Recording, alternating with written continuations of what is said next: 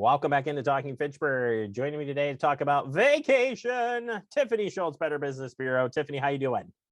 I'm great, ready for summer vacation. Me too. And I was just saying that I wanted to go somewhere, but the prices just kept going skyrocketing. So pulled it back. And your suggestion was go up north, and I'm game for that. I just like to get on the water, do some fishing, relaxing, taking all what Wisconsin has to offer. But today we're talking about be aware of the travel scams during the summer. Obvious reasons, probably more than last year and the year before. People want to get out. So I'm thinking that they're putting the educational hat, they're taking that off and putting on the, hey, I want a vacation. We got to be careful. Yes, the period from Memorial Day to Labor Day is historically one of the busiest travel periods of the year. And we want to travel, but scammers want to capitalize on our travel. So we need to be careful, and our ears need to go up. If it doesn't sound right, or if it sounds too good to be true, it probably is. Boy, if I could say that statement, I would say it over and over again. And looking at some of the scams, you're talking like 350,000 in losses. $350,000 in losses from last year alone. Right now, we're over $200,000 in losses for just the first 4 months of the year. So we have 8 months of the year to go yet. So we have a lot of time for scammers to capitalize on consumers' hard-earned dollars and their personal information. Like I said, everybody's itching to get out there. So we got to get you the tips here to stay safe. So top 5 travel scams that are out there. Let's start with the vacation rentals, con artists. So con artists promise low fees and beautiful accommodations. And you might find something on a website, maybe a Facebook page that's really enticing, and you have to go there, right? And scammers have capitalized on your vacation searches. It's really easy to throw an ad up on Facebook, and scammers do that. They use Facebook to lure their victims. So they promise these beautiful accommodations at an ultra low price. And when you get there, the accommodations are either subpar or they don't exist at all. So that's something that you want to be aware of. Yep, that's a sad one and sad no matter which way you look at it. How about this free vacation? When is there ever a free vacation? There's never a free vacation. There's never free lunch. There's always strings attached. So let's say that you get a free cruise. Well, what they're not telling you is that there's airfare charges, there's port charges, there's gratuity fees. So if you're offered something for free, you always want to read that fine print to make sure that you know what the total outlay of dollars is going to be before you sign up and take that trip.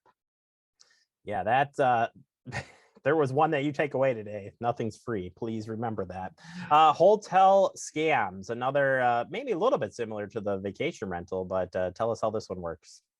So hotel scams come in different forms. One of the ways that scammers are starting to lure consumers to give their personal and credit card information to them is late at night, maybe 10, 11 o'clock at night, maybe even into the wee hours of the morning, you receive a phone call. And scammers impersonate the front desk, and they tell you that there's a problem with the credit card that's on file. Now, you're in bed, maybe getting ready for bed, or maybe they even just woke you up out of a deep sleep, and you don't want to go down to the front desk to take care of payment.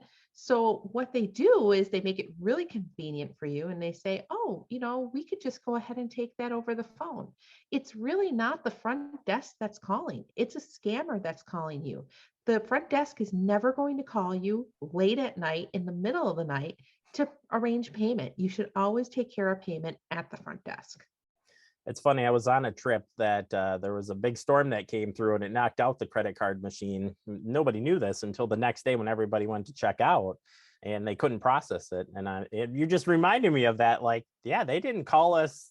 That even happened the night before and they didn't notify anybody. So yeah, definitely watch out for that one. How about third-party booking site scams? A common one, I bet that BBB has seen. There's a lot of fake websites that are out there. Online purchase scams are the number one scams. And there's scammers who impersonate travel brokers. So we're all familiar with some of the big booking sites, booking.com, Expedia, Orbitz, Travelocity, but there's also sites that none of us have heard of before. They may be legitimate, they may not be legitimate. You really need to do your research, especially if they're promising great accommodations at ultra low prices. That could be a big red flag. If you're interested in booking through them, you need to do your research. We recommend that you book directly through the airline and the hotel website, because if something does go wrong, they're going to be able to resolve it in a much easier and faster fashion than having to go through a third party booking that may not be legitimate. Think about if you get to the airport and you don't have your airline tickets. I mean, that's starting your vacation off on the wrong foot. So always make sure that you're booking through legitimate sources. Yeah, and I will just say that it gets so much easier to do that direct because you've made the direct connection with both of those entities. You know what's involved. It might cost you a little bit more. You save more bucks on the other sites, but is it really worth it at the end when you have the more what ifs in part of that booking? Timeshare, anything with timeshare, personal opinion seems a little sketchy, but timeshare reselling cons. Tell us about this one. So we all know that timeshares were popular in the 80s and people bought them because they promised great accommodations, and over the course of the years you could, get a week a year or 2 weeks a year, and people bought into it.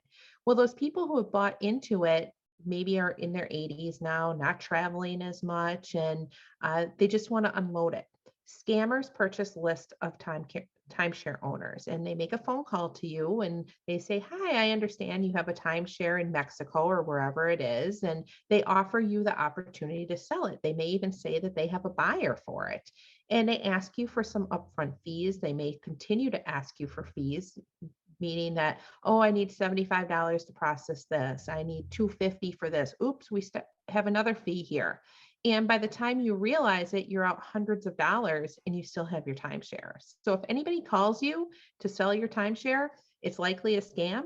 If you do want to sell, make sure that you're working through a licensed local real estate agent who can help you with that. Whew. Well, I don't know that I'm ready to travel anywhere but from here to my backyard, and I'm at home today, so I can say that easily. But either way, Tiffany, thank you so much. There's more information on travel tips. If people want to learn more about that, where can they find it? BBB.org. All right, Tiffany, thank you. Have a fun summer, and hopefully you'll come back here on TF. See you next month.